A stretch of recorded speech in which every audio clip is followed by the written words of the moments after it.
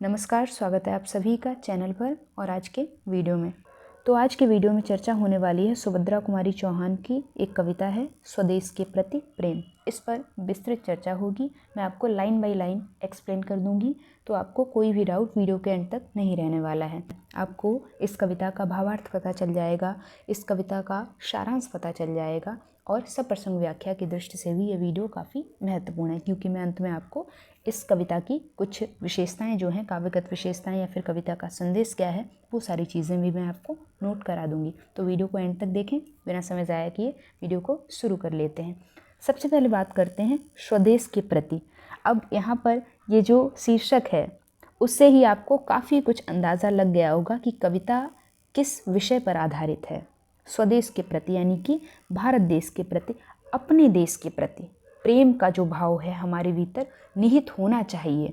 राष्ट्र प्रेम हमारे भीतर निहित होना चाहिए। हमें अपने अतीत के प्रति गौरवान्वित होना चाहिए और इसके भविष्य को लेकर सजग होना चाहिए, चिंतित होना चाहिए। इसका सजीव चित्रण इस कविता में किया है किसने? सुभद्रा कुमारी चौहान जी ने।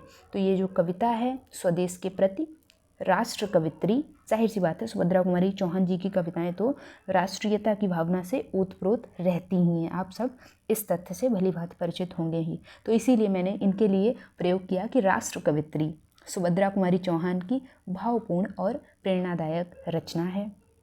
इसमें कवित्री ने स्वदेश यानी कि स्वतंत्र भारत का स्वागत करते हुए उसके प्रति गहरे प्रेम, गर्व और आशा को अभिव्यक्त किया है या फिर अभिव्यक्ति दी है, आवाज़ दी है। कविता में स्वदेश को सजीव मानवीय रूप देकर उससे आत्मीय संवाद किया गया है।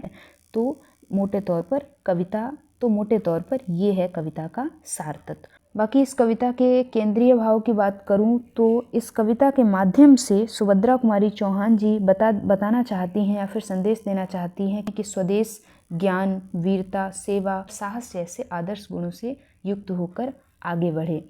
और कविता में यह भी विश्वास उनका दिखाई देता है सुभद्रा कुमारी चौहान जी का कि स्वतंत्र स्वदेश के आगमन से आशा, निर्भयता और अन्याय के विरुद्ध संघर्ष का नया युग प्रारंभ होता है या फिर आरंभ होता है। अब आ जाते हैं कविता पर। तो कविता कुछ इस प्रकार से है। सुभद्रा कुमारी चौहान जी कहती हैं कि आ स्वतंत्र प्यारे स्वदेश आ, स्वागत करती हूँ तेरा, तुझे देखकर आज हो रहा दूना प्रमुदित मन मेरा। प्रमुदित का अर्थ होता है प्रसन्न, आनंदित, हर्षित या फिर खुश होना। तो देश की स्वतंत्रता को देखकर इनका मन जो है दुगना प्रमुदित हो रहा है, खुश हो रहा है, हर्षोल्लास से भरा हुआ है। तो उसको इन पंक्तियों के माध्यम से चित्रित किया है सुभद्रा कुमारी चौहान ने। बहुत ही आसान भाषा में कविता लिखी हुई है, सरल स्पष्ट शब्दों का प्रयोग दिखाई देगा, आपको समझने में कहीं पे कोई दिक्कत नहीं होगी। अगला पैराग्राफ है, आ उस बालक के समान जो है गुरुता का अधिकारी, आ उस युवक वीर सा जिसको विपदाएं ही हैं प्यारी। विपदाएं ही हैं प्यारी से तात्पर्य है कि ये देश ऐसा है कि जो कभी संकटों से, विपदाओं से घबराता नहीं है। अगर कोई अन्य देश आक्रमण कर दे तो सदैव तत्पर है लड़ने के लिए, आक्रमणकारियों के घुटने टेकवाने के लिए। तो इस तरह का है भारत देश, जिसको लेकर हमें गौरवान्वित होना चाहिए। तो इस पहले पद्यांश के भाव की बात करें, यहाँ पर स्वतंत्रता प्राप्ति का उल्लास और देश के प्रति आत्मीय प्रेम दिखाई दे रहा है। इसके बाद में दूसरे पद्यांश के भाव की बात करें तो यहाँ से क्या भाव उद्घाटित हो रहा है? तो यहाँ से ये भाव उद्घाटित हो रहा है कि स्वदेश में शिक्षा, परिश्रम और संघर्ष की भावना होनी चाहिए। तो कवित्री स्वदेश को दो रूपों में देखना चाहती हैं। एक ऐसे बालक के रूप में जो सीखने और आगे बढ़ने का अधिकारी है, का गुरुता का अधिकारी है। वहीं दूसरा एक ऐसे वीर युवक के रूप में जिसे कठिनाइयाँ प्रिय हैं, विपदाएं प्यारी हैं। इसको तो मैंने आपको एक्सप्लेन कर ही दिया है। विपदाएं तो किसी को नहीं प्यारी होती हैं, लेकिन यहाँ पर प्रतीक अर्थ ये है कि सदैव अपनी विपदाओं से, संकटों से, परेशानियों से लड़ने के लिए तत्पर रहना, उनसे डरना नहीं, उनसे घबराना नहीं। तो इस तरह का है भारत देश। आगे बढ़ते हैं। अगला पैराग्राफ है, आ उस सेवक के समान तू, विनयशील अनुगामी सा, अथवा आतु युद्ध क्षेत्र में कीर्ति ध्वजा का स्वामी सा। इसके बाद में अंतिम पैराग्राफ है, आशा की सूखी लतिकाएं तुझको पा फिर लहराई, अत्याचारी की कृतियों को निर्भयता से दर्शाई। तो स्वदेश कभी विनम्र सेवक की तरह जनसेवा करे और कभी युद्ध क्षेत्र में विजयी नायक की तरह यश का ध्वज फहराए। तो यहाँ पर भावार्थ जो निहित है वो ये है कि सेवा और शौर्य दोनों का संतुलन सदैव बना रहना चाहिए और सदैव बना रहा है। इसके बाद में अंतिम पैराग्राफ है, आशा की सूखी लतिकाएं, मतलब काफ़ी लंबे अरसे तक हम अंग्रेज़ों के गुलाम रहे थे, तो हमारे भीतर मोहभंग की स्थिति पैदा हो गई थी और पैदा होना जायज़ भी है, क्योंकि जब एक लंबे समय तक कोई व्यक्ति किसी के अधीन रहता है, किसी का गुलाम रहता है, तो उसके भीतर का जो सकारात्मक भाव है वो लगभग मर चुका होता है। लेकिन जब भारत देश को आज़ादी मिली तो फिर से हमारे भीतर एक आशा जागी, जो लताएं सूख गई थी वो फिर से हरी भरी होने लगी, उनके भीतर मानो फिर से जान आ गई हो, वे फिर से खिल गई हों, वे फिर से लहराने लगी हों। किसको पाकर? आज़ादी को पाकर, स्वतंत्रता को पाकर। और अत्याचारी यानी कि अंग्रेज़ों के कृत्यों से कितना वो गलत कर रहे थे, विभिन्न प्रकार से भारतवासियों पर अत्याचार कर रहे थे। तो स्वदेश के आगमन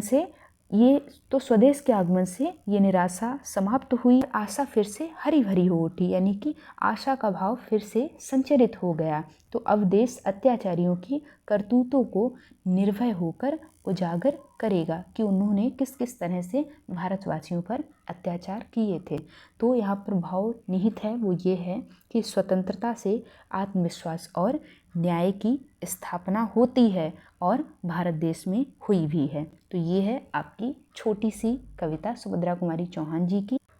आई होप आपको कविता समझ आई होगी। अब मैं आपको कुछ एक्स्ट्रा पॉइंट्स नोट डाउन करा दे रही हूँ जो आपको सप्रसंग व्याख्या करने में काम आएंगे। तो काव्यगत विशेषताओं की बात करूँ तो यहाँ पर देशभक्ति, तो ये जो कविता है राष्ट्रभक्ति या राष्ट्र प्रेम और देश प्रेम की भावना से सराबोर है, या फिर उसकी प्रधानता यहाँ पर दिखाई देती है। अगली विशेषता हो जाएगी, यानी कि अगला बिंदु हो जाएगा कि यहाँ पर स्वदेश को सजीव रूप में चित्रित किया गया है, यानी कि उसका मानवीकरण कर दिया गया है। और भाषा और भाव की बात करें तो दोनों ही सरल हैं, यानी कि आप आसानी से, भाषा तो सरल है ही, साथ ही साथ इसका जो भाव है वो भी बेहद सरल और सहज है, आप उसको बहुत ही आसानी से ग्रहण कर लेते हैं, समझ लेते हैं। अगला बिंदु आप नोट कर सकते हैं, एक प्रेरणादायक स्वर इस कविता में दिखाई देता है। बाकी कविता के संदेश की बात करूं तो कविता क्या संदेश देती है वो भी आप नोट कर सकते हैं। वैसे तो आपको समझ आ ही गया होगा। तो पहला बिंदु इसके अंतर्गत आ जाएगा कि स्वदेश के प्रति प्रेम और गर्व को इस कविता के माध्यम से उकेरा गया है या फिर चित्रित किया गया है। अगला बिंदु हो जाएगा कि स्वतंत्रता से नई आशा का संचार हुआ है या फिर होता है। अगला बिंदु हो जाएगा कि सेवा, शौर्य और साहस का आदर्श रूप इस कविता में चित्रित हुआ है। और अंतिम बिंदु हो जाएगा कि अन्याय के विरुद्ध निर्भीकता का चित्रण इस कविता में दिखाई देता है। तो निष्कर्ष तौर पर बात करूं तो ये जो कविता है स्वदेश के प्रति सुभद्रा कुमारी चौहान जी की, ये स्वतंत्र भारत के स्वागत का हृदय स्पर्शी गीत बन जाती है।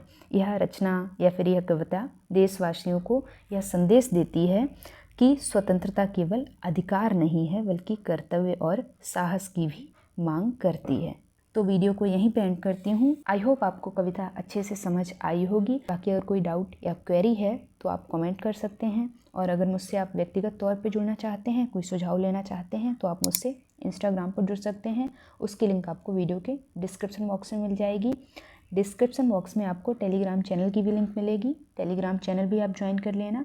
वहाँ पे मैं बहुत सारा स्टडी मटेरियल, मेरे हैंड रिटन नोट्स शेयर करती रहती हूँ। बहुत सारी चीज़ें तो वहाँ पे ऑन डिमांड शेयर की जाती हैं। बहुत सारे स्टूडेंट्स ने ऑलरेडी चैनल ज्वाइन कर रखा है, आप भी ज्वाइन कर लेना, आपकी काफ़ी मदद होगी वहाँ से।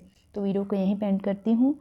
अगर आपको वीडियोस हेल्पफुल लगते हैं, मेरा पढ़ाया हुआ अच्छा लगता है, तो वीडियोस को लाइक किया करिए, चैनल को सब्सक्राइब भी करिए, अपने साथियों के साथ में वीडियोस को शेयर किया करिए, क्योंकि ज्ञान बांटने से ही बढ़ता है। बाकी पढ़ते रहिए, सीखते रहिए। मिलते हैं किसी अन्य महत्वपूर्ण वीडियो में, अन्य महत्वपूर्ण टॉपिक के साथ में। Thanks for watching this video.